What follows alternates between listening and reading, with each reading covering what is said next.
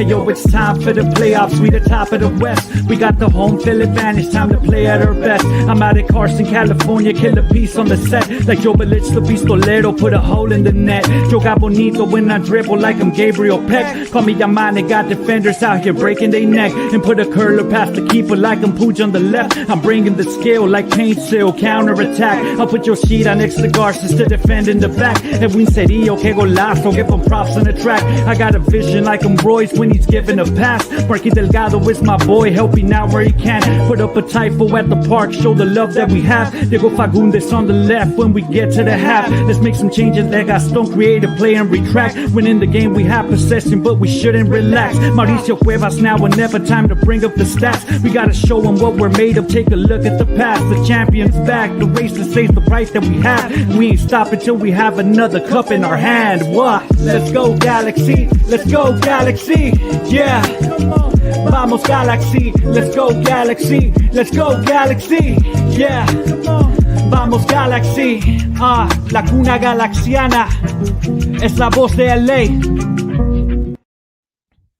Hello, hola, and buenas, and welcome back to another episode of La Cuna Galaxiana, a podcast always made with mucho amor para todos ustedes, los LA Galaxy fans out there, wherever you may be in the world. We do appreciate you dropping by once again.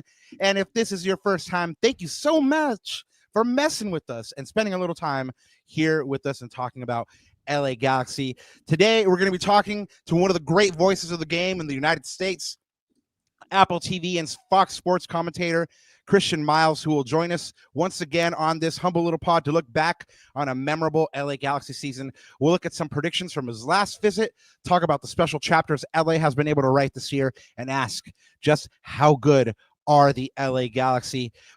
And before we go any further, let me go ahead and introduce myself. I'm one of your co-hosts, Raul Jalon, and you can find me online at El Escudero de LA, and you can find my written work at Extra Time Talk. And of course, since I am here, el pana, el pibe, el pichi está conmigo, el yerno guapo y el gitano perdido, Anandita Kirana. Papá, tenemos a otro grande, tenemos another legend with us, man, and he's back.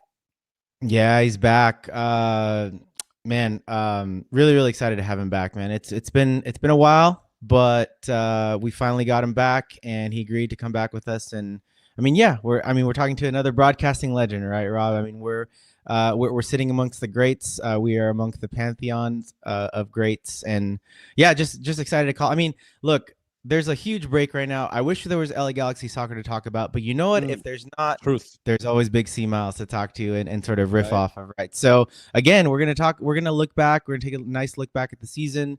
While we have a moment to kind of, we have those, it's like that little trough of time right now where you just like look back and reminisce a little bit.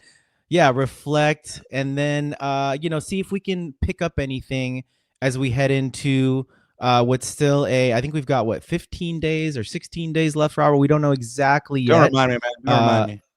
But there's a couple of interesting games that are going to happen tomorrow, which we may or may not talk about. But yeah, man, excited to have CMiles, of course, and this should be a fun one for you guys. Hopefully, to put to kick off your Galaxy fix for the week. And before we go any further, I mean, even before we hook up with you guys, I'm backstage kind of like bobbing my head, and it's because we're fortunate enough to have a talented MC be able to drop these tracks and give us these fire intro tracks, and also fortunate enough to get some love from him back, and he's in the chat right here, Arquitecto Verbal, also letting y'all know that he has a new video for the intro that you heard at the top of the show, and it's going to drop on his channel after this show. So go ahead and hit the like button. Go ahead and hit the like button on Arquitecto Verbal.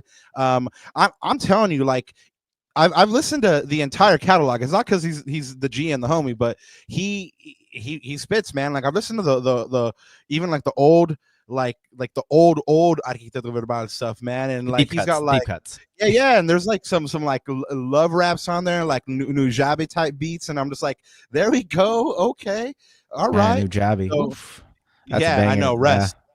Yeah, man. So anyway, guys, we like I said, we thank you guys all for being here in chat, and Arquitecto, thank you for spitting on that track and putting it at the top of the show. So, Anandita, you have some housekeeping to get to, I think. Yep, I do. Yeah, guys, you can always first off, you can always block me or stalk me at Ananda Galaxiana. Of course, both of our handles are right there for anyone watching right now on YouTube, either live or on playback, of course, because Rob, we have this weird like multiverse thing where people are listening to us live, people are listening to us in the future, you know, all that good stuff. So Somos el pinche Marvel. Yeah, exactly. El multiverso, bro. Yeah, don't take me back to the past. Don't take me back to last year. I'm in the present right now. I'm full flow. Just, you know, just leave me be in the present. Yeah. With this LA Galaxy team. But and of course, guys, you can always follow us on all of our socials at Lacuna Galaxiana is the handle. And as Rob said, if you are coming back to the chat, welcome, chat. We love kicking it with y'all. And you know, Rob and I were like, you know, it's just a long break, like. But then we were like, no, we can't leave chat hanging for that long. So we decided to, you know, fill the time and make sure we got with y'all. Exactly. So just welcome back, chat. And of course, as Rob said, if this is your first time listening or if you're coming back and you have not hit the subscribe button yet and you want to help us out and you enjoy listening to two knuckleheads talk about LA Galaxy soccer, of course, guys, hit that subscribe button, hit that like button. That's going to be one of the best ways you can support the show. Of course, as we've been talking about recently, the other way is to contribute to our little horchata fund that we got going on at buymecoffee.com/Lacuna Galaxiana. Of course, man, again, it's been a little nippy, so I've got my tea today, but in this fine mug there that, of course, the homies Edwin and Astrid hooked us up with. So Los novios. Many blessings and good stuff there. And of course, Roberto, como siempre, antes de olvidarme, buenos días, tardes o noches. Y bienvenidos a otro capítulo de La Cuna Galaxiana. And yeah, we just gotta get through a few shoutouts and announcements, guys, before we bring the great CMiles on, and he's just prime and ready to go backstage. So yeah, we'll hit up the announcements really quick here.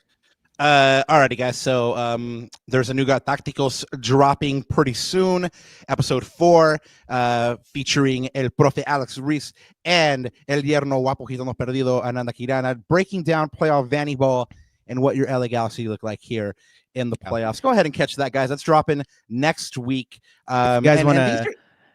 I was gonna say, if you guys want to listen to two nerds talk about football, that's the show to hey, it's Los Gatácticos. So you're gonna hear a lot of tactics. If that's your jam, then this is your jam. So go ahead and check it out. Ananda, you did mention the jam? Yeah, that's the joint, that's the jam, that's the business, and get at it.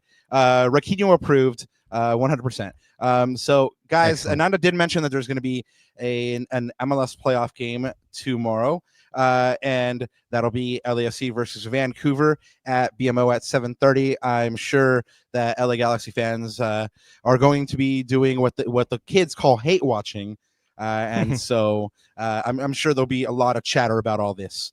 So anyway, let's go ahead and break into these announcements, shall we, Ananda? Yep. We told you guys last show about the Galaxy Fan Council. It's back for year 2.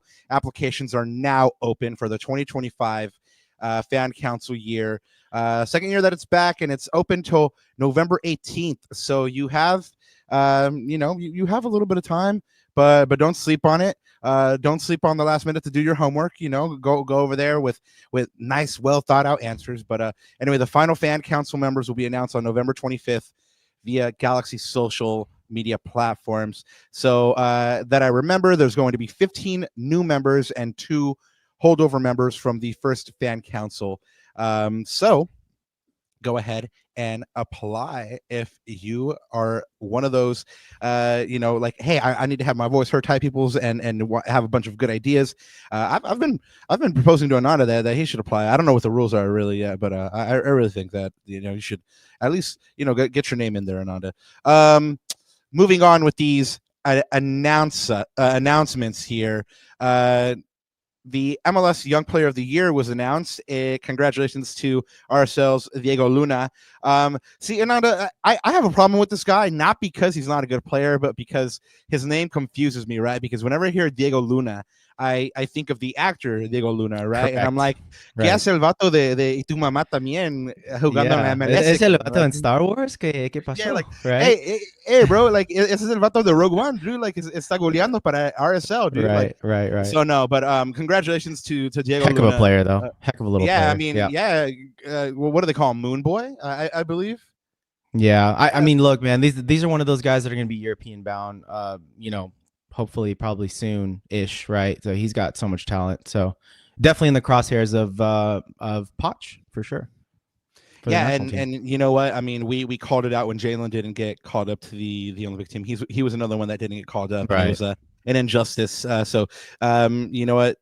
Diego Luna, Young Player of the Year. I mean, we have our own Moon Boy over here in Jalen Neal. So, moving along, Héctor Herrera no seguirá con Houston. Of course, H was one of the centerpieces of their recent teams, DP player, and they have decided to move on from his services in 2025. No longer needed.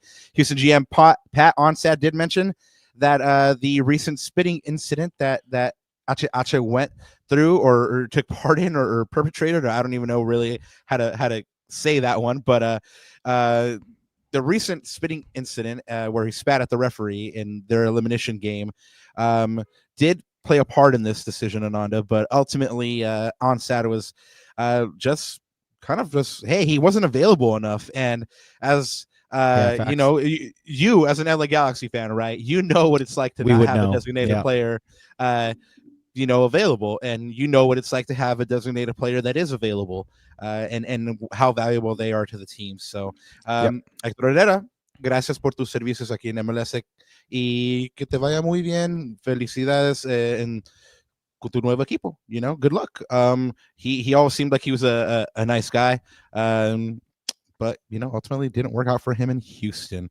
Per Tom Boger, some more signings out here.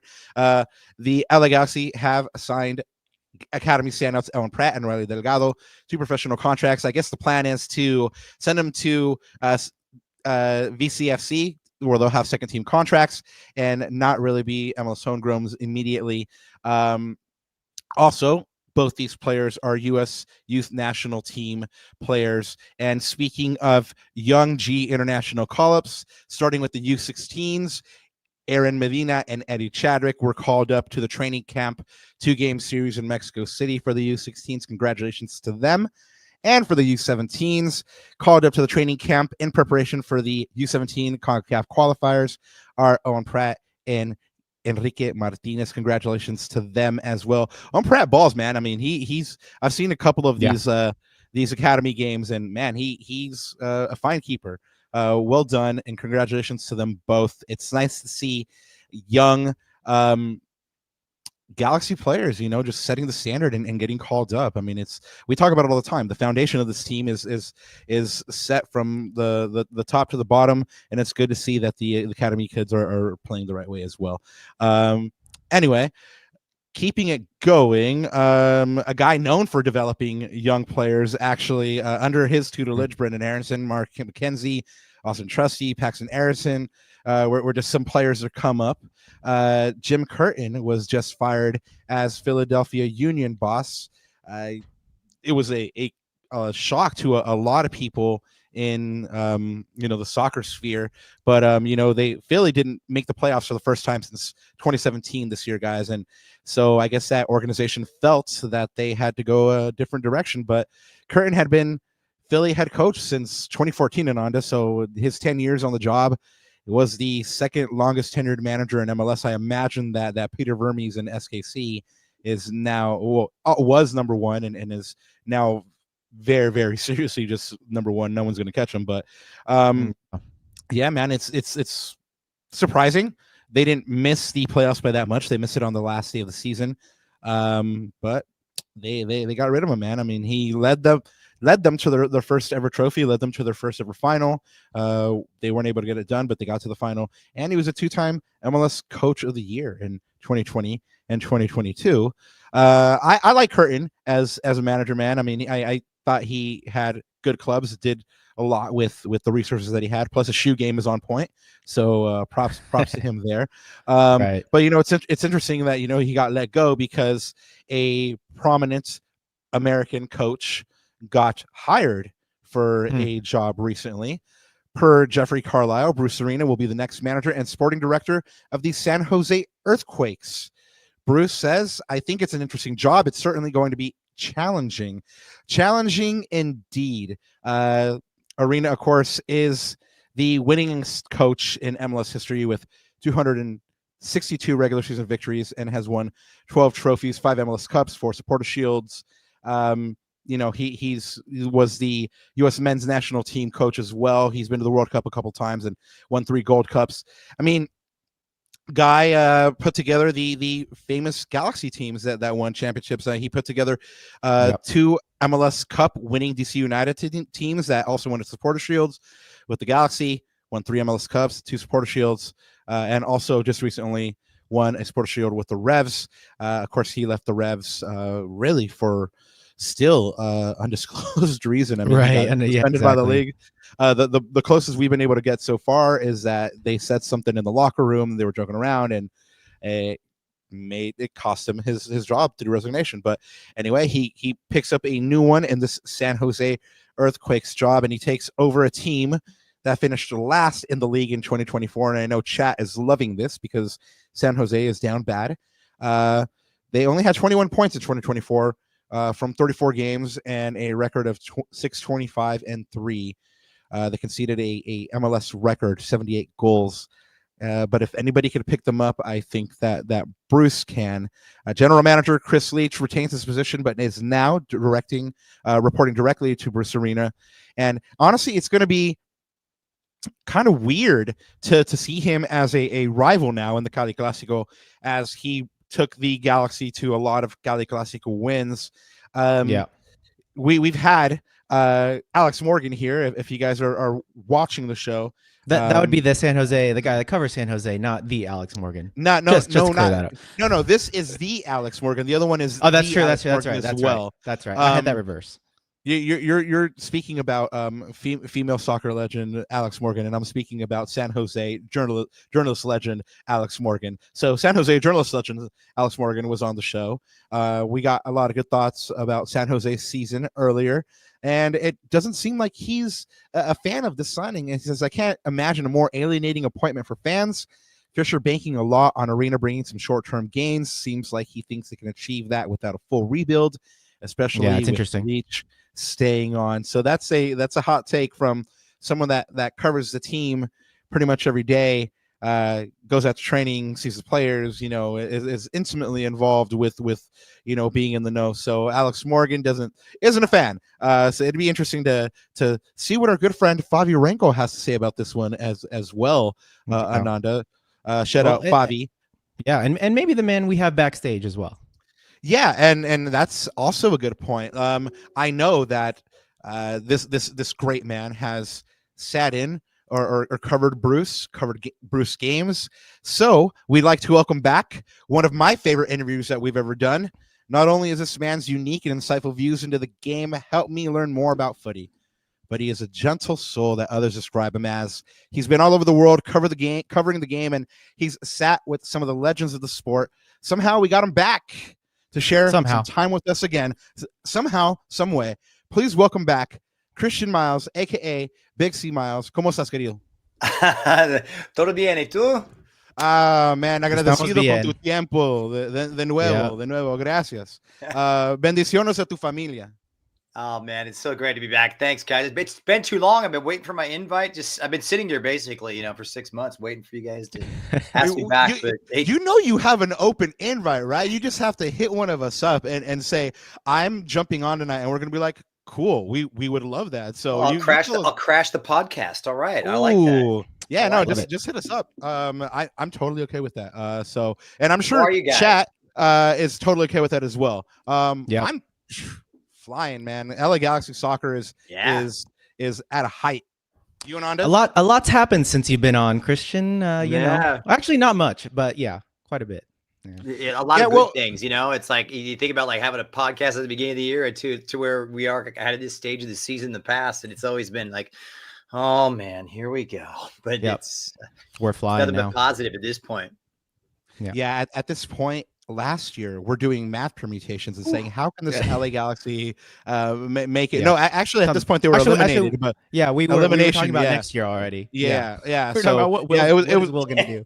Yeah, exactly. Who is Will going to sign to save this team? But Christian, we were just talking about what happened in San Jose.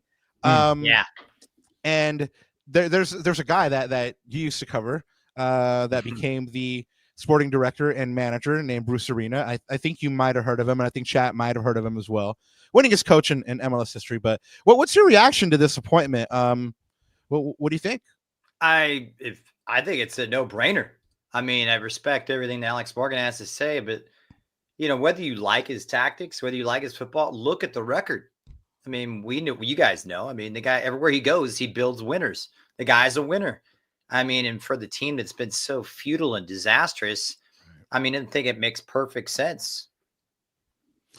We saw Greg kind of carry both titles last year for the Galaxy before Will Kuntz came in, right? And he's gone on record in saying that it was difficult for him, and he felt like he was kind of like helicoptering in on a couple of occasions.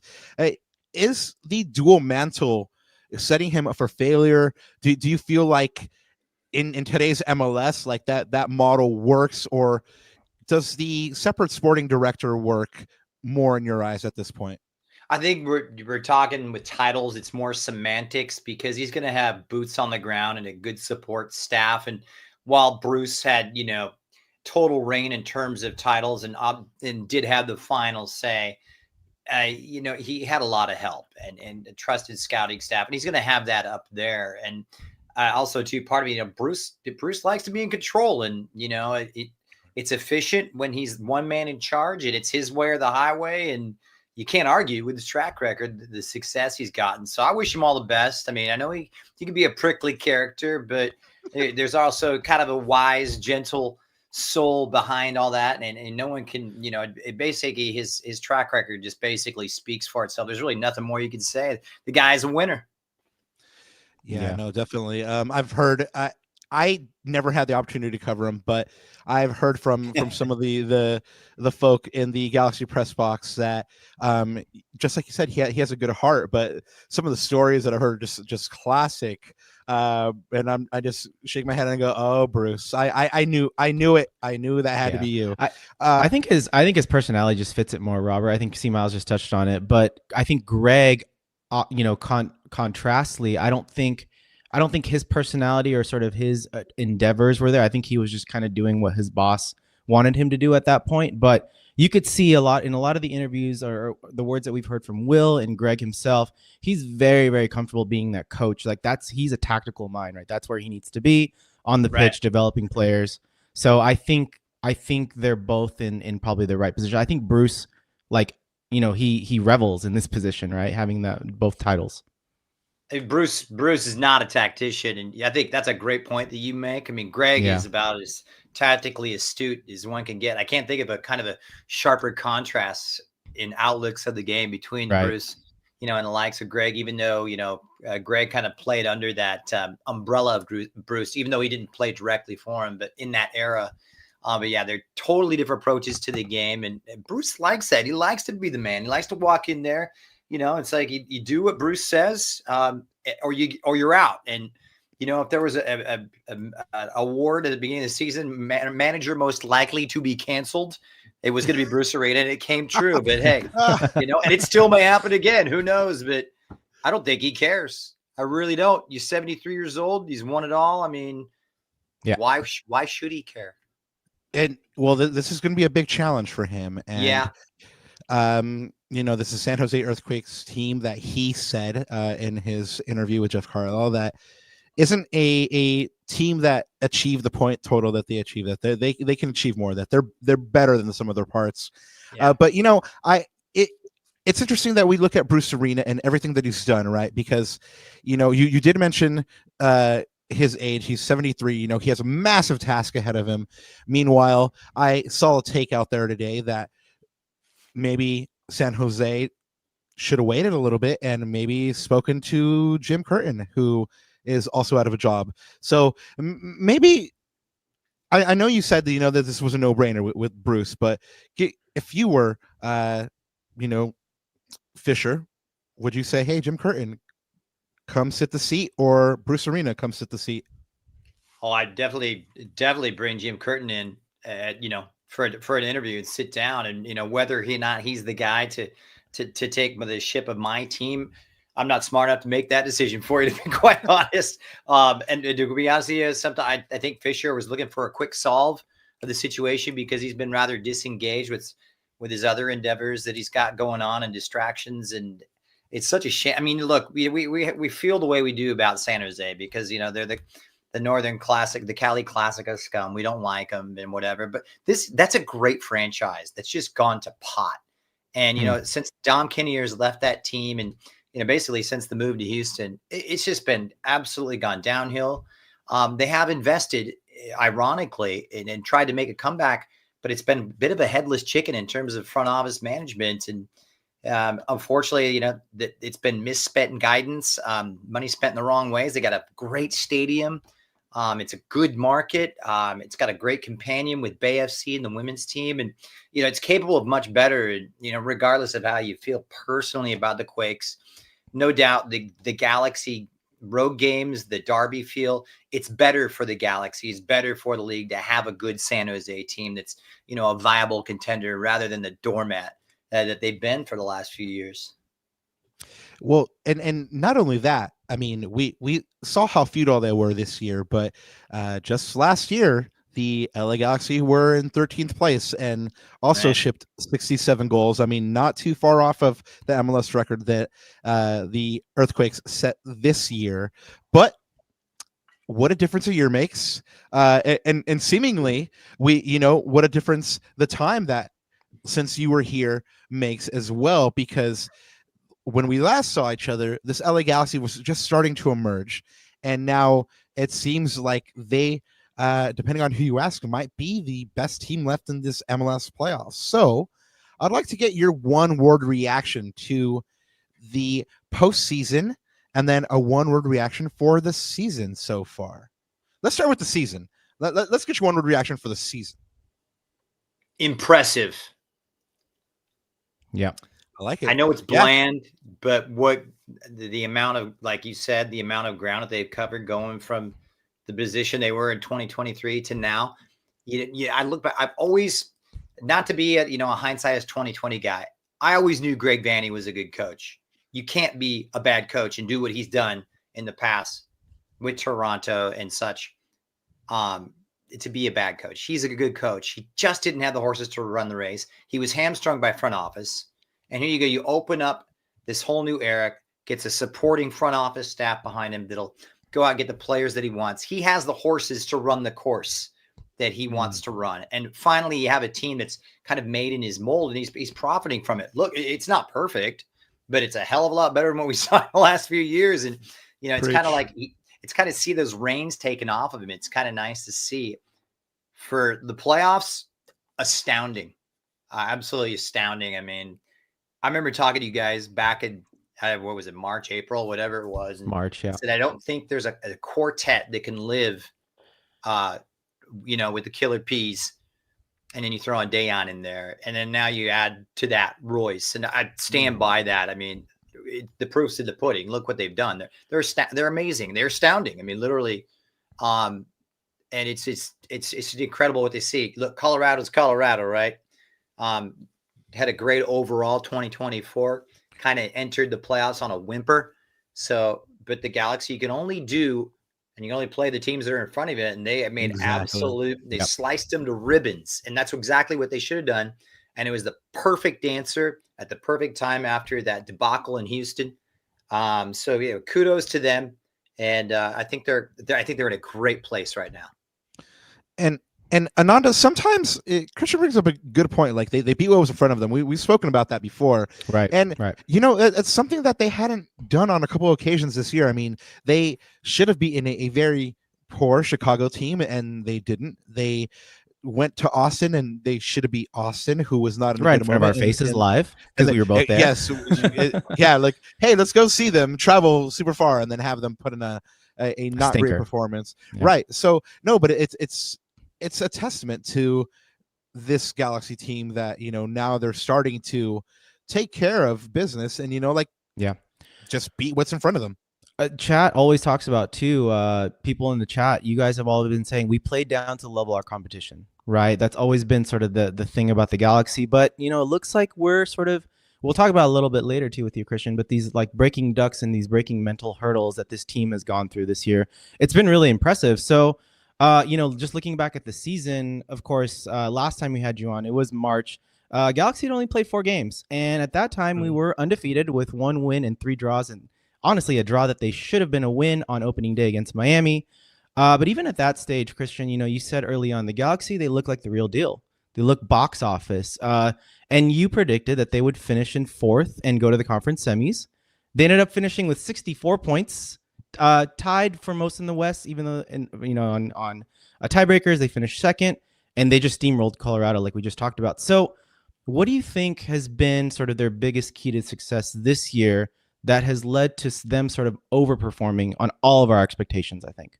Well, I mean, at a basic level, it's just an increase in talent at the positions. We needed wide players, we got them, and we not just wide players, very good wide players. I mean, we have Diego Fagundes coming off the bench and Marco Royce now breaking into your first 11 in a first-round playoff series. I think that kind of speaks to the job that Will Kuntz has done, and also to basically the elevation and quality of the squad. So that's the first thing too.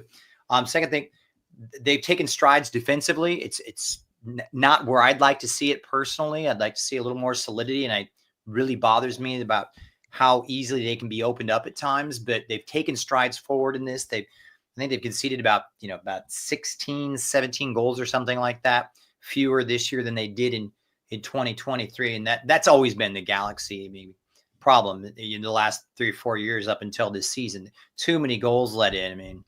So yeah, I think those two things have really been the delineating factor between them. They've got solidity back there more than they've had. It's not the finished article, but going forward, they are absolutely lights out. And everybody talks about Inter Miami, and I know it's messy, and I know how magical it can be, and the names and lights.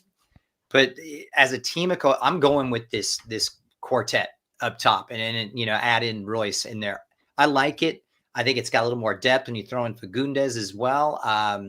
And there's a cohesiveness I see with them that where I see with Miami, it's built on the brilliance of these players, and they've had a good contributing supporting cast, but it's so much more predicated, I believe, on individual brilliance of those players in Miami, as opposed to a team setup with the Galaxy and an understanding of a common goal and how to come together and when to make your runs and when to make those patterns of play are kind of organically developed. And I put my money on the Galaxy any day of the week. And in terms of going forward.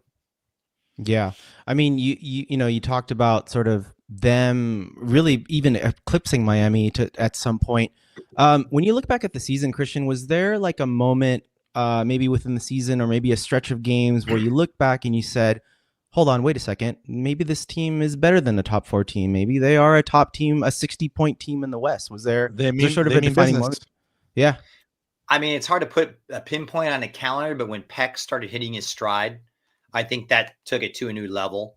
I really did. It's just it made, he was not just a player that elevated the quality of finishing and added more of a dimension, but he also made the others better as well. And that's kind of a compliment to this team, where all these attacking players make each other better, and it's not at the expense of one or the other. And so when he started really coming in and hitting his stride, I was like, oh, okay, this is serious. And, this is a year that, we have to consider ourselves amongst the top 3 or 4 title contenders. Hey, I'm gonna back that up, because when Riqui got injured, or when he had that stretch where he was at? What was 4 games. I don't remember. Four Was games he when injured, Diego started. I suspended? think. Yeah, I don't remember. yes. Yeah, something like that. Okay, yeah. During that stretch when they went on that run and Peck went off, Fagundes went off, Right. and this team just kept winning. That's when I said there is more than one guy who can lift this team. And if ever there's just one guy off, this other guy will pick it up. And that's when I started to believe. So, I mean, it's and it all starts with belief, doesn't it? Yes, it does. Yeah, attacking depth. I think it's, what you kind of attribute is it's so much attacking depth. I mean, yeah, it's it's also too, you think about how great Riqui Puig is, right? Right. But he's always trying. There's too much on his shoulders. Coming, since he got here up until the beginning of this season, just too much on his shoulder. He's trying to do too much. He's basically running himself to his own ground. He was, kind of a victim of his own talents, I thought. Right. And it imploded on him, and it became. And the Galaxy were also quite one-dimensional as well. And so, yeah, it's just they're multi-dimensional. They can hurt you in so many a variety of ways. I mean, we know how the best team in transition in MLS, in my opinion, they're so fun. Even if you're not a Galaxy fan, they're so fun to watch. How can you not like? How can you, if you don't like watching this team, you don't like watching, attractive football? I mentioned that against Armas. I said I forgot what we were talking about, having a conversation, and I said I'm not worried about this series because whatever Chris Armas throws at us, we've got a counter for. And this goes to your point, Christian. We can play in multiple different ways. We can play in transition, semi-transition, in the build-up. Tiki-taka 1-2 with Dejan at the tip of the spear. I mean, there's so many ways this team can play, and like you said, it's fun to watch. Absolutely. Yeah. Well, there's a guy that put it all together, Mr. Will Kuntz, and we had him on recently, Christian, and one of the things that I've been struck by all year is his reconnection, or the Galaxy's reconnection with the fans, right? And then we posted a clip of you in March where you said Will Kuntz represented a paradigm shift on and off the pitch for this LA Galaxy organization, right? So he said that his proudest achievement recently is the way the fans were recognizing and appreciating the players he brought in who were not Galacticos, and we know you're not a fan of the Galactico model. You've spoken about that before, or your household names, but were stars in the making. What do you think this recruitment strategy says about how Will Kuntz intends to build these teams? And do you think, maybe the Galaxy is better served in this model rather than the, let's go out and buy an older Steven Gerrard? Well, Will Kuntz has proven how good he is. He doesn't need me to, testify to that fact. He's been absolutely brilliant. I mean, wherever he's gone, he's had success. I mean, the noisy neighbors, and now here, and it's a kind of a mix to your point here, Rob. I mean, they do their homework. Bravo on the Espanol, by the way, with Will Kuntz. I didn't know he had that in his locker, but and Portuguese, Portuguese, yeah. I don't know if you got that one, Christian. Yeah, unbelievable. But he's done his homework. I mean, extensive scouting networks. He does his homework. This is not a guy that makes a fly by the night, kind of spur of the moment decision. It's well thought out. It's reasoned out. It's about much as a marketability of a player as much as it is of a player that can have an influence and their capabilities on the pitch. You've got these youngsters where you bring in a likes of a Peck and such, but then you also bring in the likes of a Royce, which is more of the traditional type of Galaxy signing, but both have proven to be astute buys and, well within reason, especially when you consider that you get Marco Royce over here, on a non-DP contract. That's absolutely incredible management. Yeah. And I've said it time and time again, in this league, front office management has to be darn near perfect. It's front office management is so much more important to a team's success in Major League Soccer, I believe, than it is in any other league because of the salary cap, the constraints, the high turnover. You've got to have your plan B in other leagues, but you've got to have a plan C. You've got to have a plan D if you're going to be successful in this league, because, we see it all the time. Players like you guys just mentioned, European clubs come knocking, boom, you turn them over. Next thing you know, you're Atlanta United floundering in the water, right? Right. You've got to have that plan C, that plan D, along with plan B. I think Will Kuntz has that. I guarantee he's probably got a list a mile long, 10 players deep about, if we lose Riqui, who do we go out and get for our 10? If we lose Gabriel, who's going to come out and, get us a goal scoring type of wide player that can connect and make some runs, or who's going to run, who's maybe that two-way wide player that, brings so much work ethic like Paintsil. So yeah, a testament to him, the homework he's done. He's not a flash in the pan. He's the real deal. I hold him in really high esteem, and I'm not gonna sit here and butter his bread, but I think the job he's done is amazing. And just look at what he's assembled here, and also too the symbiotic relationship, kind of the synergy between he and Greg Vanney, I think has been a great mix. Because I think the players that he's brought in really fit the kind of players that Greg Vanney wants to get. I don't think that was the case in the past. When you talked about the previous regime and the players that were brought in, they weren't fitting the type of players that Greg Vanney wanted, even though Greg may have been more in the driver's seat. It just wasn't happening. And now it is. And full kudos and full plaudits to Will. He deserves all the success that he's brought to this team. If you could, would you give him the MLS Executive of the Year award this year? Absolutely.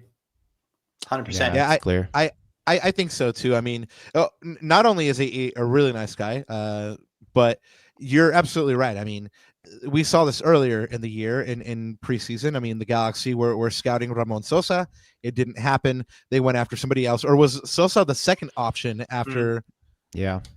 So they had a there's so couple many of wingers options in mind, and then they settled on Gabriel Peck. I mean, I don't know if maybe as a third option, maybe they talk to all these players at the same time, and then they go, you know what, this one is more likely to happen. Let's go ahead and develop this one. But they had people in the barrel ready to go. Like, hey, if this one doesn't happen, we'll go here. I mean, Rob, you asked him when you were on this pod, Christian. Rob asked Will, what he's working on, sort of what the planning is. I just want to see what his decision matrix is. I want to see him and Mikel Denter's whiteboard, and I want to see he's probably got, if A happens, it goes here, and then if B or C happens, just guy is super smart. But I will say this, based off our interview, the one thing that I gleaned and that I learned from just talking to him live was just he gets it. Like, he's not only brilliant, but he's personable, and he gets what the fans are after. And man, has he ever served that up to the fans and everyone at Dignity Health Sports Park. I just had this flash, like to a CSI episode where you got, when they had that big board and they're looking for the killer, and you've got the string set up. I'm thinking that's kind of the Will Kuntz Matrix transfer kind of setup where it's spanning the world all over. So I'm sure he's got plenty of ammunition in his artillery. I was just thinking to myself, I wonder if Will Kuntz is like a dossier man, or like a folder man, or like if he does like the whiteboard, like you said, with the string and stuff like that. Man, I unfortunately have to hand this one off to you, Ananda, because you're going to bring up your beloved Arsenal, and I just don't want to touch. I knew it was going to happen.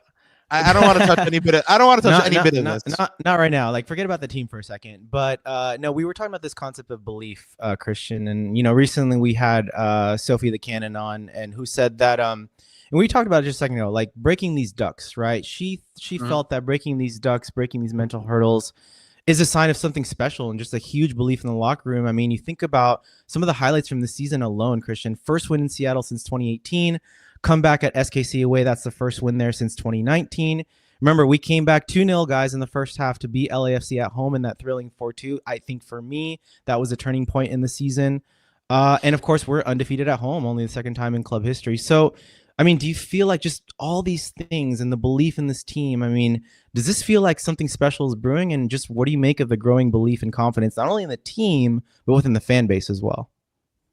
Well, one breeds the other. The team has the belief, and that translates to the fans, and it, gives them belief as well. And I think you touched a really good. The Galaxy have been disastrous at home, up until this year. They've always given away points, especially Houston, on those home games in the last day or whatever.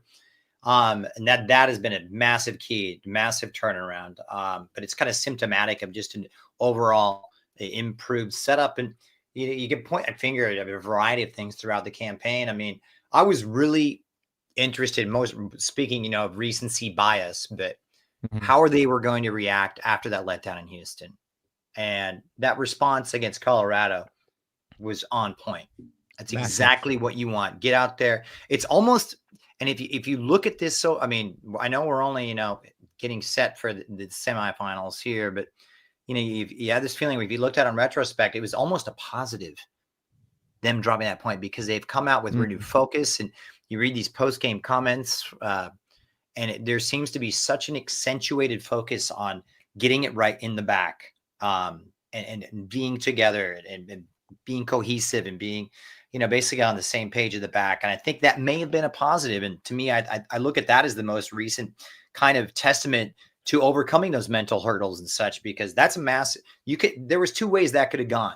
You could have, cried in your beer and moped around and given up to a Colorado team that's one of the hardest working teams in all of Major League Soccer, albeit at a talent disadvantage, and they could have gotten blown out. They could have been edged, and they didn't. They came out and put their foot on the jugular and did exactly what you wanted them to do. We know they're going to get their goals, but they came in and they held their own at the back. And that's where I think they took a massive leap forward and was a kind of a mental leap. Yeah, actually, me and CMiles. So let me throw another 2 pointers at you, which is, remember, guys, that we didn't lose more than 1 game consecutively this season, and Greg Vanney got his first 3-game winning streak with this club. So the data is all there, guys. The data is all there. I think it's given me massive belief for sure as a fan. CMiles, you said on your last time with us that there was some special chapters that were going to be written this year. Has there been a particular game or moment this year that you've just had more fun? You just like, you know what? I'm having a lot of fun watching this LA Galaxy soccer team right now. I can't really put my finger on one, and I got to be God's honest with you. Apple has had me all over the place, so I haven't been able to watch my boys as much as I want. But hey, yeah. No, it's hard. It's just an overall synergy of the attack. That front 5. That's what I like to see. I mean, that's all I wanted to see it come together. And I also think there's been a progression of Riqui where he knows his role within this setup with this team that he didn't know before. He's always been absolutely streets above everybody in terms of ability and talent and technique and everything, until Peck came along. But he's we'll get there in a moment. We'll get there in a second. Yeah. But the way he was always too far deep, in my opinion. I know that's his game. He likes to come deep, but the way he's fit in, and I think he's taken that leap in learning. And that's kind of that one moment where I figured if he can get comfortable playing higher up and better utilize his talents to combine, to support, to basically, come from a little bit more of an advanced position than we've seen in the past. And that's, to me, where we're not seeing him pick it up on the edge of his own penalty area like we were seeing time and time again. And that's where, as brilliant as he was to wriggle himself out of pressure and ignite things, it's too much for him to do. And I think he's understood that, hey, I need to establish my talents within the framework that they've set forward for me. And that's allowed them to profit. And then it's also trusting in his teammates more, because I don't think he did before. And I think he's got that trust now. I don't know why that's happened. I don't know how that's happened. But he has that now. I think it's a testament to his maturity. It's a little more trust in his teammates. It took a while, but it finally set in. So that's where I see as the moment of, hey, this team is taking a leap forward, and it's kind of one that sticks out in my mind. I think it's kind of symbiotic, right? Because I think as we've seen him kind of buy into what Greg Vanney's trying to do and have him, like you said, not drop so deep and have him play how Vanney wants him to play. And just basically he said it a couple times last year, Riqui's a special player, but when he's on another wavelength and the team is not, the team's out of position, so now the team is working together, and Riqui is the beneficiary of that, and so are his teammates. And for me, a big shout out to Greg Vanney for being able to get him to buy in, for developing the system that's unlocked his game a little bit more. And with Colorado and Columbus exiting the MLS playoffs, and that only leaving Tata Martino as the only coach of the year candidate left, I really think there should have been 2, because Greg Vanney took a 13th place team and was just moments away from sewing up the number 1 seed in the Western Conference. So you spoke about Riqui and what he's been able to do under Greg. I think that Greg has been a driving influence on that. Ananda has said that mark of a good coach is that player development, right? Man management, in-game management. For you, has Vanney passed the tests on all these things this year? Where do you think he's excelled most this year with the team, and like how is set up the team? Better understanding of players' roles within the system that he wants to play. Greg Vanney's a stubborn coach. He's going to play one way, right? But it's the right way. And I think he, like we were talking earlier, he's got the horses for courses now, but he's got them to understand in this framework that he wants to play. Like we were just discussing with Riqui, getting them to buy into playing. Hey, Riqui, you can't be picking the ball up on the edge of your own 18-yard box. As one, you're going to be capable of these moments of brilliance, but two, what happens when you're not brilliant? You're going to give it away. You're going to put us at a disadvantage. That's actually turns into a weakness. To get players to recognize that and say, oh, okay, I understand what you're telling me. To get them to recognize their roles in that system. By all means, yes. I don't think as brilliant as he's been, I don't think he's in the conversation for Coach of the Year, surely, because of the massive leap forward. But he also had, let's be honest, Will set him up pretty well with his staff. And all plaudits to Greg and what he's done. It's been amazing. But I look at the job. This is an unpopular testament, but I really thought Chris Armas did a hell of a job this year. I know they went out with a whimper, and I know the last 4 years. But you look at the talent level in that team, there's no way they should be in the same. They should not have been in that series with the Galaxy. This is a team that I thought I saw a lot of them this year too, and the buy-in, the work rate. I thought Chris Armas did one hell of a job of man management. Maybe not be the tactician that Greg Vanney is, which I don't believe he is, but in terms of man management and buy-in, Chris Armas is right up there with the best. It's but what Vanney has done is it's been very commendable. We keep our pulse, CMiles, on the Galaxy Twitter sphere pretty well. And despite what Greg has been able to do and achieve with this team, there's still a section of Vanney out people. Do you think he's unappreciated by Galaxy fans, or do you see some kind of truth, or there's that saying in Espanol, donde hay piedras en el río, el río sonará, or something like that. My wife's going to have to remind me what the actual phrasing is, but is there some kind of ring of truth there to the sentiment? Or in the league, he was given a long leash. I mean, let's be honest. I mean, the first 3 years weren't good. I mean, they had moments, but I really thought that the Galaxy were well within their rights to let him go at the end of last year, based upon the way things have gone. I mean, look, MLS managers are given long leashes, much more so in comparison to the rest of the world. Why that is, I don't know. It's just the way it is. The nature of this league is so different. And so perhaps maybe it's because of the high turnover and, such massive degrees of changes between seasons. So you have to cut the manager some slack, especially with the salary cap and such. But look, I mean, these fans, and I empathize with them in a certain aspect where, hey, you bring this guy in who's won the treble in 2017, so-called at that point, the best team ever in Major League Soccer. And this is what you've given us the first 3 years. And I can understand why they would feel that way. You expect more flat out. And why that was the case, that's not the point. That's not what the fan sees. The fan sees, hey, this is Greg Vanney. He's a winner. He had brought the treble to Toronto. What has he gotten us? Nothing. And so they would have been well justified to say adieu. And, I think, had he not gotten off to a decent start, we could have seen a management change, around June or mid-season. I mean, I've always known he's a good manager, and I don't want to sound condescending and arrogant about it, but he is a good manager. And I've always known he's a good manager.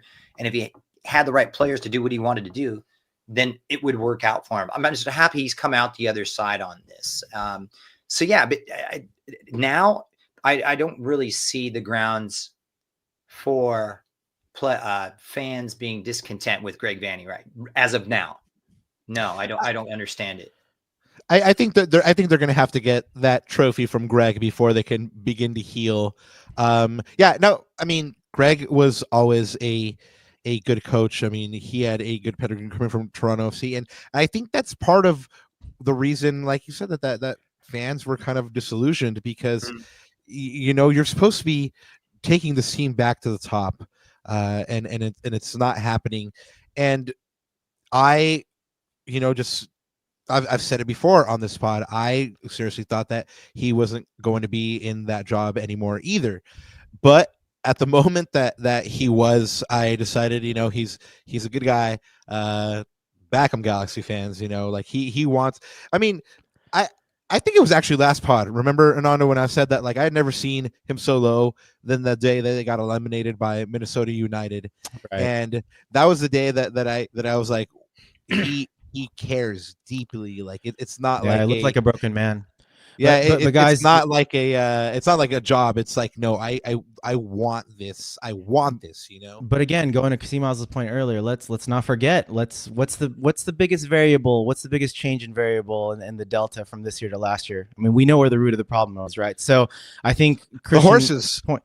Christian, well, not only that, but just the whole sentiment of, especially in MLS, as CMiles pointed out, which is top down. You've got to be a world-class organization from the top down, and it starts at the top, right? What was that? I think you brought it up, CMiles. It's that Russian saying, like, the fish rots from the head or something like that. Yeah. So and that's exactly what it is, right? Like, I remember that from last time. You keep bringing that up. I'm gonna have to drink some of Rob's Pepto-Bismol. He keeps slugging down, man. It is strawberry horchata. Ooh, it is delicious. Ooh, strawberry horchata.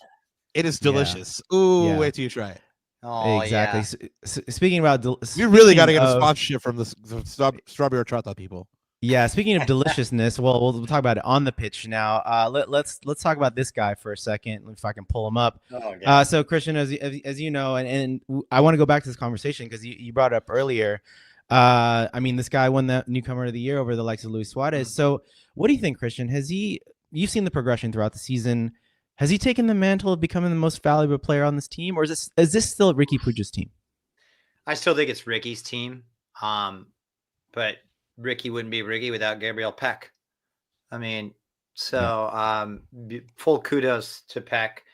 I mean, I didn't see this coming. I didn't know who he was when he came in, but I was worried about that's the so-called Brazil-itis effect from, Douglas Costa leaving such a bad taste in our mouth. And, right. where, they got these moments of brilliance, but you're not going to get Gabriel Peck I remember watching him, I can't remember what it was. It's like the 85th minute and he's defending on his own box. I'm just like, man, I mean, and that's more to the point where kudos to Greg Vanney as well. Another, feather in his cap, getting his team to buy into that. But this is a guy, he's doing it all. And he's brilliant. He understands. I mean, his understanding of the game. He reads the game exactly the same way that Riqui Puig does. But he's a phenomenal player. I mean, exactly what the Galaxy needed. I mean, we've been sitting here chirping up about the dearth of wide players that this team is, not had for so long, and to see that void filled to a player of that quality is so refreshing to see. And he deserves all the credit in the world. I mean, the front office does, and the way he's fit into this team. I mean, and credit to Paintsil as well, who, is acclimated and adjusted his game. Because, when we started this season, it was all Paintsil, right? It was all about him making those runs in behind and combining and taking those through balls from Riqui and, getting in and pressing from the front. He's kind of taken a back seat in that regard to Peck and fit in so well. And, testament to him and his character to that. So, yeah. But again, he's the perfect piece in the puzzle to that jigsaw. And he's been such a brilliant addition. Yeah, and going back to the JP point, remember, guys, he was starting off at the right wing position where now Peck plays at that time, which, by the way, is the position that I think mostly he played in Genk, and for sure he plays there for the national team for Ghana. So just the fact that Paintsil is now on the left. He's starting to, especially the last game, what a cracker of a goal, right? He's starting to understand the demands of that position, just cutting in on that right side. I'd like to see him go to the end line a little bit more, but I think those are things that he's just little details that he's slowly adjusting his game to. And you bring up a great point. I mean, I was thinking that too, because when he came in, and Peck started playing, I was like, oh, Joseph's going to play on the left. Well, this is more of a Greg Vanney winger, because Greg Vanney loves his inverted wingers.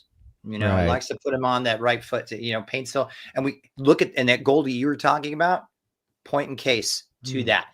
Paintsil's not going to score that goal on the right-hand side, but you put him on the left side, and that kind of angle opens up to him all day. And, and he didn't make one complaint the whole time. And his spirit, his work ethic, I mean, is tremendous. I mean, what a character, what a player.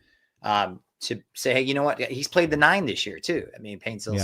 Yeah. So the versatility he's had, it's great, and he's been a great compliment to Peck. Well, we've talked about the Killer Peas a lot, and you just talked about the number 9. So let's talk about him, Christian. Let's talk about what I think is probably the forgotten man in sort of the Galaxy attack, right? And it's this guy right here. I mean, and you made a really interesting point when we talked last. You said that, the fact that Kuntz and the FO showed a lot of faith in him as a starting 9 was a bit of a risk. And I think it would credit to Will Kuntz again in the front office, right? Of sort of doubling down and getting those winger signings right so that it would unlock everything else in the team. And me in stats, I'm going to pull up just his stat sheet real quick. I mean, you see all that. His attacking numbers are beautiful. I mean, in the 96th percentile in non-penalty XG plus, so basically goal contributions, right? He is 88th percentile in non-penalty goals. Again, he's had sort of a record. We talked about, if he gets 15 goals this season, that's a damn good season. Well, there you go, guys. He's thereabouts. Non-penalty XG, so he's threatening in the box, 96th percentile. I mean, this guy has had a wicked season. We talked about earlier in a previous pod, Christian, about the fact that he's becoming a complete striker now. He's that tip of the spear.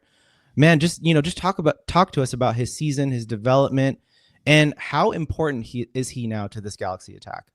He is not a 20-goal scorer 9, but he is a 9, and he is he's that poacher in the box. I mean, kind of in the same vein as a Chicharito without the proven track record of Chicha, and his previous years, but a little bit of a different player. I mean, I was a little worried about him. Wow, because he came out and, the amount of goals that he scored to begin with was astounding. I mean, I think it was like 11 and 19, and then he went on a bit of a drought, around July and hit that door. And we've seen that from him in the past. And he did have some injury niggles, and his durability has been a question. But I think he's always had good movement. And with this cast, you bring in the Killer Peas, his movement now suits this system much better. And with Riqui playing a little higher up and not carrying as much and able to pick the pass, it suits a player like Dejan like that. He's probably would like to be scoring a little more goals. I thought he was going to get about 18. I think he got 15 and 6, and then a couple more in the playoffs. But he's shown better consistency. I think he would like to have a little bit more of it because he had a dry summer run. But he's good. He's good. He's 2-footed. He's good in the air. He's a fighter. He's not the quickest, but he's smart, and that's what you want from a 9 there that can pick those channels and run in. And it makes a really good diagonal run, I think. And if you put him in that position, you get that ball to him on those runs. He's going to be successful, and he's shown how good he can be. I'd like to see him sharpen up just a little bit more and to take that next step to the elite level of strikers in this league. The old Raul Ruiz, I think he could be a player like that if he could take that next step up. And he's if we can keep him, I think he can make that leap, especially within the framework of the system that he's playing in and these players that he's around. Yeah, Rob, we talked about it, man. The best thing for us that we've seen with Dejan this year is he's pushed that narrative of now not becoming a tap-in merchant anymore, and he's now a complete striker. So that's a really good progressive narrative that we've seen throughout the season, right? We do have Scott and our our good friend Scott and our good friend Miguel Gris El Tráfico Radio. Scott says he got 15 in missed games. El Tráfico says, well, if he's healthy all season, he scores 20. Here's what I'm going to push back on that, is that we know that Dejan has talent, but just like CMiles said that he has gone through an occasional dry spell, he also has his injury problems, and that there hasn't been one season that he's been with the Galaxy that he's, played, the all 34 games for sure. Somebody fact check me on this, but I don't think he's hit 30 either, but I could be wrong. But he's had some kind of an injury which has kept him out 5 to 7 to 10 games each season. So he's a starter now, Rob. Yeah, I would love to now, right? He's going to play more minutes, so he's not your super sub anymore, right? And I think that narrative has come and gone as well, where we always thought of him as a super sub. He's a starter now. He's a starting number 9 in this league, right? So I would like to see him get, obviously you're not going to play every game in a 34 game season, or maybe like if you're an Iron Man you will, but I would like to see him at least get 30 under his belt, and really see what he can do with a full season in this Galaxy attack. Again, somebody fact check me in chat how many games he played this season, but I mean, if he plays all the games this season, I agree with you. He gets his 20, but the problem is that he didn't play the games, and just like we saw with Ache and him not being in Houston anymore, and Pat Onset saying that it was because he wasn't available. I mean, I'd like to see Dejan be more available. Don't worry, Rob. He'll be like Messi. He'll play 14 and he'll get 20. No worries. Don't worry about that. God, I would love that. I would love that. He's one thing that's great about him. He likes a big game, doesn't he? And he sure loves does. the derby. Ooh. Yeah. Oh yeah, he does. Big game player. Yeah, he loves the derby. I mean, you see him at his best against the noisy neighbors.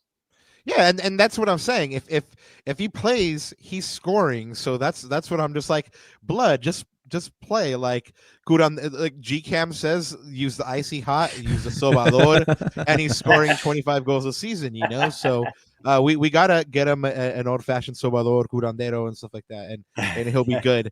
But you brought up last time that you were here, how you saw Maya Yoshida as a leader in this team, and I agree he's one of the focal points in this team. For you, who else has emerged as a leader for this Galaxy team? And by the way, this Maya Yoshida picture, I don't know where he's at right here, like if he's in a fridge or like the backdrop is just weird. But anyway, for you, who else is a leader in this locker room, or who have you seen emerge? It looks like one of those mirror mazes at a fair or something, doesn't it? Exactly. I was wrapped like, in aluminium foil. I like the jersey though. Jersey. The jersey is amazing. The jersey is class. And again, just to reinforce what you said last show, merch team, media team, they've all been on point. They've continued to knock it out with the park. My wallet hates me, and my wife hates me that my wallet hates me. So, Anyway, but for you, leaders on this team.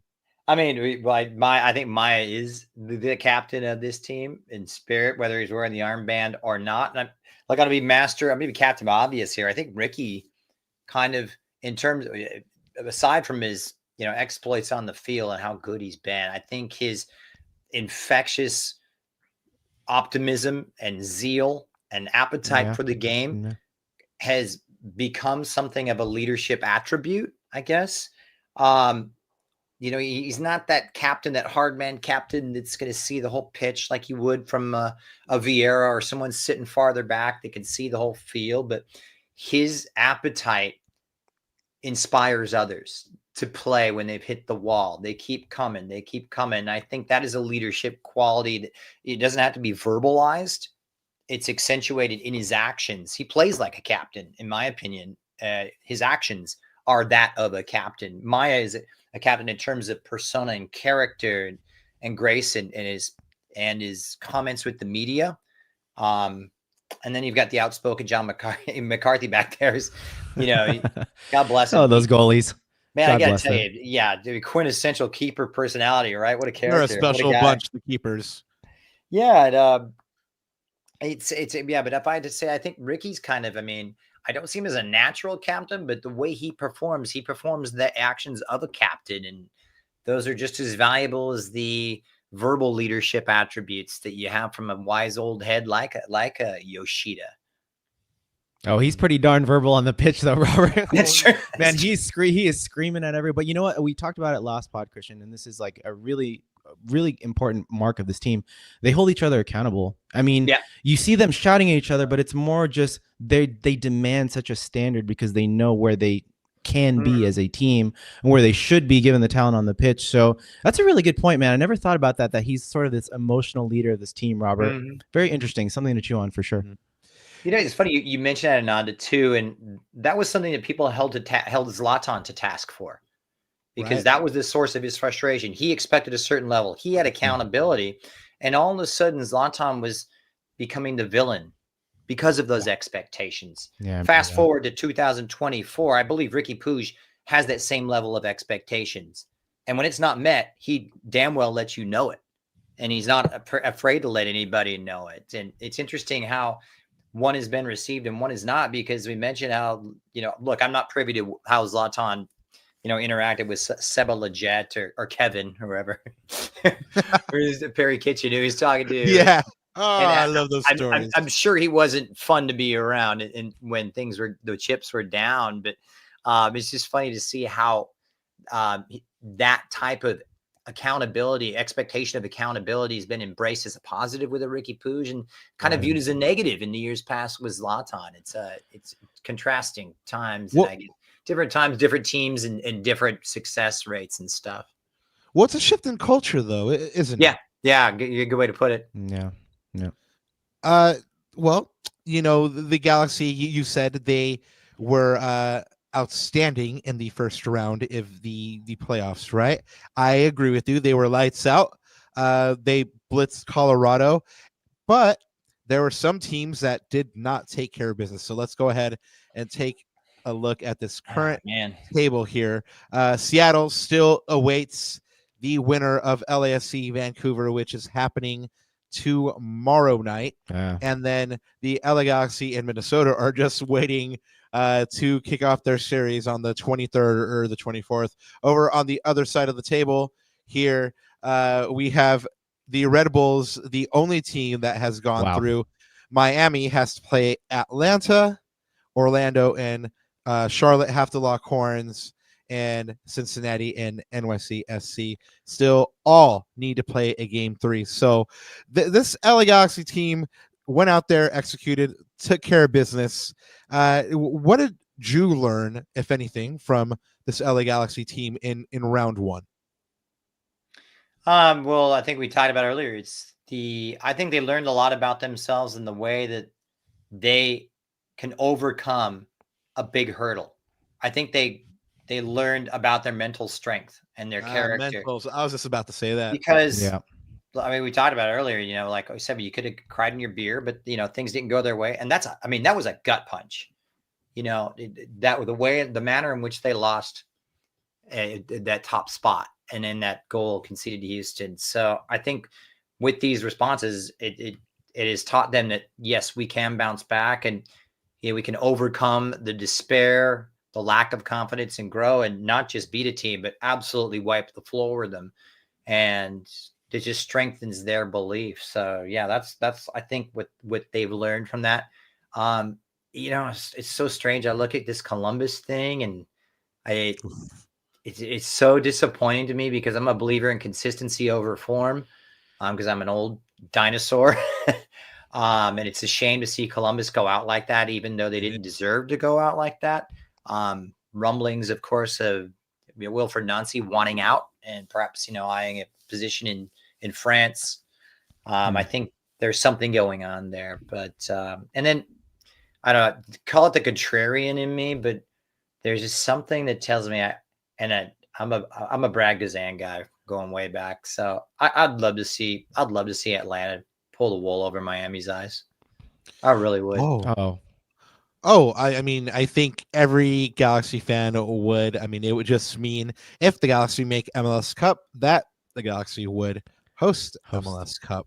Right. So, on form, are the Galaxy the best team left in the MLS playoffs? I think so. Yeah, without a doubt.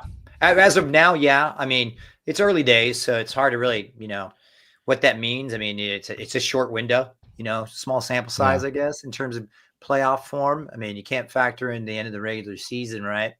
But yeah, I mean, it's just a matter of, does that form carry into the better caliber of opponent? And that's what we're going to see, in the likes of Minnesota, and then how they react to this ridiculously long layoff. Yeah. Which I just exactly. It's just talk about buzzkills. I mean, come on. It is just the biggest buzzkill of this whole system, but that's what we're dealing with. So, how they react to it. Fortunately, Minnesota's in the same boat. Yeah. Right. It's mad because you know how much happens in 3+ weeks. Like, I mean, it's the World Series was played, and the Dodgers have been celebrating their World Series for about a week and a half since the MLS Cup playoffs have started. So it's just mad. But the last time you were with us, you said that the one thing that you wanted to see in this team was that they be killers and manage teams better. Is it still this, or is it something else that maybe you'd like to see them improve upon? You did mention defense a little earlier. Yeah, there are these lapses defensively, and I really sincerely believe that you can be you don't win an MLS title, winning games 4-3, 5-4. You've got to lock it up in the back. The Galaxy have to flat out just be better at the back to win it all, to take that final step. And they're a very, very good team. Are they the elite level that can go in and kill a game off and get that clean sheet, absolutely suffocate? Well, yeah, we saw it against Colorado, but that's Colorado. And now it hits a different level. And the ability to switch off sometimes really bothers me sometimes. And at times they can be in sync and move and shift really well. And at times it just takes one cog in that whole 11 to just basically dismantle that whole defensive shape and, lead to a series of errors. And they sometimes seem to compound themselves. And we saw it against, Portland in September. Portland has a tendency to do that to some teams, but that's the next step for me. Just that little extra bit of stinginess and, difficulty to play against. Are the Galaxy quite there yet? I'm not so sure. Interesting that you should say that. I love it when you set me up for segues, Christian. Of course, that's what I'm here for. So we are going to start to wrap it up here because as Christian and I were saying backstage, 10:30 is actually past our bedtime, and if it wasn't a show night, we would all be in bed. So we're going to start to wrap up here. Before we do, CMiles, please let the folk know where they can find you on the socials, and then I'm going to throw a question at you. And when your next broadcast is, I guess. Yeah, no, thanks. First, thanks for having me on, guys. I love talking shop with you guys. I miss you. At CMiles Sports, and you can see me polluting the airwaves on Fox with Liga MX. Call a little bit. I called the futsal World Cup final, which was really interesting. Oh, that must have been super cool. Oh man, you want to talk about technique? Whew. It was Brazil Argentina too. It was fantastic. Oh wow. So a little bit the of that. Techers, right? The Techers, yeah. Unbelievable. Golazo after golazo, but no, it was so Fox Sports Liga MX, a little bit of Apple here and there, and also calling a little bit of soccer for the new Big Ten conference with UCLA and some of the Southern California based schools here, and kind of entering a little bit of a slower downtime, which is nice because I've been a hamster on the wheel for the last 4 or 5 months, so it's nice to chill out a little bit and reintroduce myself to my family. and I was gonna say and be a papa, a girl dad, Yeah. When your 6-year-old crawls into your lap right before you're walking out the door to go to the airport, that's a bit of a gut punch. You're like, okay, can you fit in my carry-on? I don't know. Can we make this work? And you have more time to watch La Viola and Arsenal. So there you go. Oh yes. How about my La Viola? Hey. There we go. There we go. They're getting there, No, man. it's I the mean, perfect- by the way, like side note, Italian league is very competitive this year. I it's great. found that out first. We found that out firsthand on when did we play Wednesday or whatnot. Giulia So at yeah, AC Milan, bro. He's going off. Yeah, it's a fun league. I mean, it's not what it was back in the day, but my goodness, Oh, it's this year very competitive. Very Yeah, Napoli's it's firing. cool. Yeah, And fun to watch as well. yeah. It's funny. You watch it, you think about it, guys. Not to go off on a tangent, but you see the stratification Tangent away. of teams. You see the stratification of teams in the Premier League, and there's so far between the top 4 and the rest.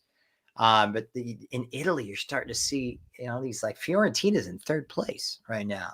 You get these smaller teams there. Bologna in the Champions League. I mean, I love to see it. It's kind of the antithesis of the way the game is kind of trended in the last 10 years or so. But it's great to see these smaller teams doing well. It's great to see my Viola doing well. I hope they continue.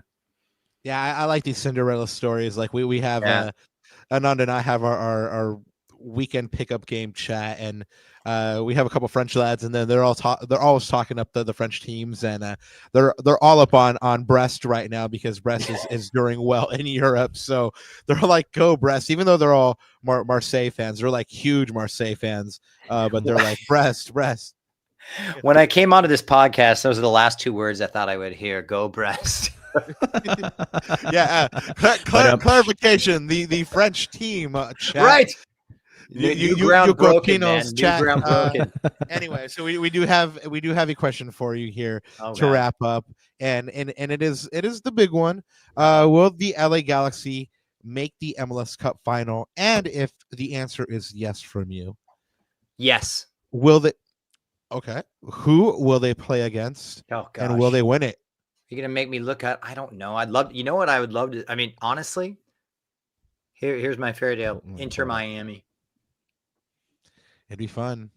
I would really love to see it. I mean, I love Leo, and just the cream of the crop, best player I've ever seen. Lacuna boys, CMiles meet up in Miami. Yeah, let's do it. I mean, Yeah, no, South I Beach, would here we love it. come. Yeah, Don So- Garber would love that too. So the MLS Cup final is Inter Miami and the Galaxy, and Yeah. then who wins the whole shebang bang? well, come on, baby, it's the Galaxy. There we go. Hey, there The we go. Galaxy. There we go. I mean, We're you good don't get to matchup that against point them. and not win it, right? It's weird. We're good matchup against them. We are exactly. That's exactly Yeah. what I was just going to say. I love Yeah. the way we match up against them. I mean, they don't have the legs. They have. I'd say they have a little bit of the tip of the scales in terms of attacking talent, maybe perhaps, and in terms of individuals. But God, I mean, I could see us outlasting them, but who knows if they're even going to make it? I wouldn't be surprised if they don't make it. And the way Atlanta's going right now too, it hard to would pick be against some them. mess. Speaking of Cinderella stories, like we were talking about in Europe, right? Oh man, If Atlanta pulls this off, that is like the ultimate Cinderella story, and they're on a run right now. And when you, speaking of all that belief, right? When you're on that run and you're feeling yourself and you feel good, hey, anything is possible. And we've been talking all about the LA Galaxy, but their next opponent in the MLS Cup playoffs, Minnesota United, they're on a little bit of a run themselves, if not in games, certainly defensively. Yeah, it's interesting. And you had the international break thrown in there, and they've got about 6 or 7 players that'll be called away, a few Finns and such, and that will have a big impact in the way things transpire. So how it shake, it's going to be a big ask for them as well. I mean, coming from Europe and then having to come all the way back to the West Coast to play on such a short turnaround. So, but I think it plays into the Galaxy's hands more. I think the Galaxy have this one. You can't underestimate them because on form they're really good. I'm so glad it's not being played there because that is one hell of a tough place to play.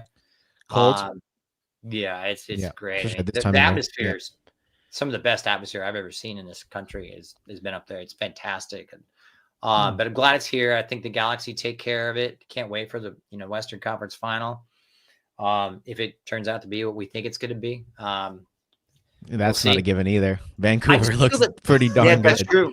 But I just get this feeling that this team, I mean, they are so galvanized at such a good point. And while, the form book isn't saying that they're on this great run of form, I just feel like mentally they're at their strongest that they've been now than they have been any time in 2024. Agreed. Yeah. Rob, you can attest to that too, because you were there in a couple of practices in person, and you said that the vibe with this team is just level.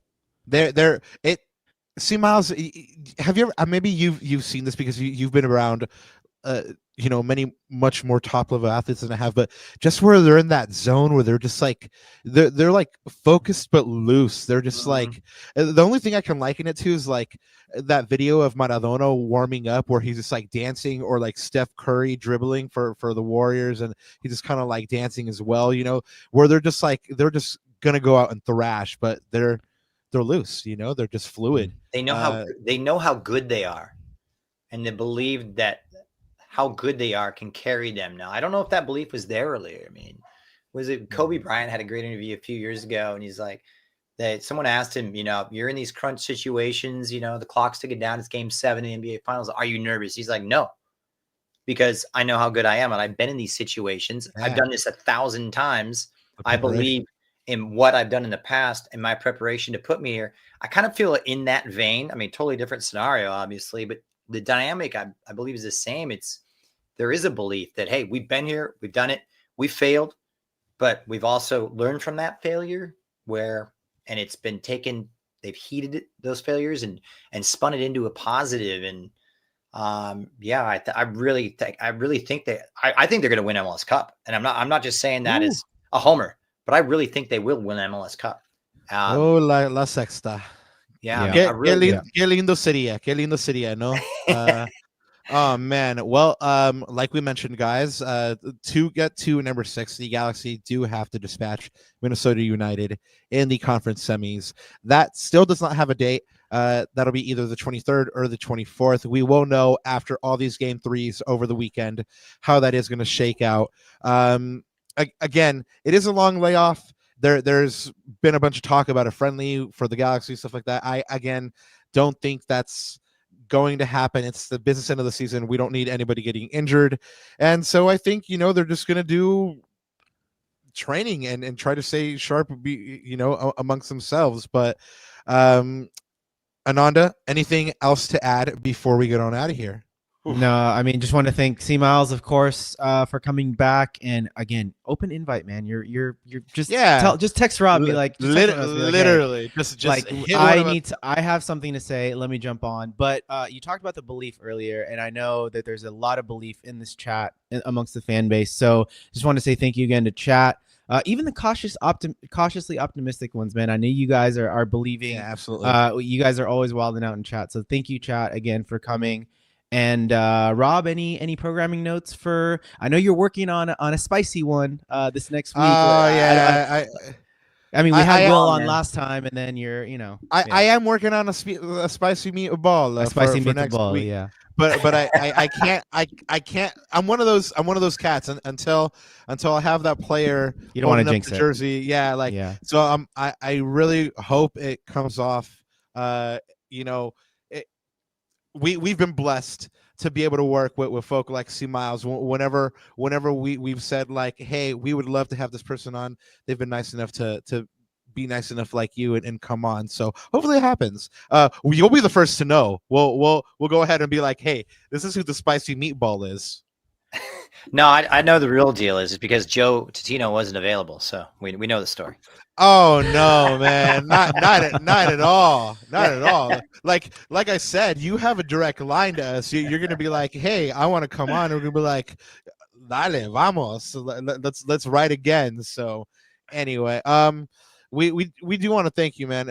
Again, you really do have an open invitation whenever you want. I mean, I don't know if you saw some of these comments in chat, but I mean, you said not to butter the bread, but like not to butter your bread. But I mean, it's always great. And CMiles is the truth. There you go. Yeah, I mean, it's always great, unique insight. We always learn something. It's always something that obviously we haven't thought about because we're not brilliant like you are. So thank you again for sitting with us. Go get your rest. We love you, chat. Thank you to you. We love you as well. If this was your first time with us, you guys just sat in the presence of CMiles and some footballing greatness. So thank you so much to him. Guys, we will be back with you guys again. Hopefully on the 11th, we will have that special guest. Hopefully on the 14th, we will have that special guest. But until we meet again, thank you from Ananda. Thank you from CMiles. And thank you to you for being amazing. We will catch you again. One thing left to say, may Raquinho be with you, and G's up.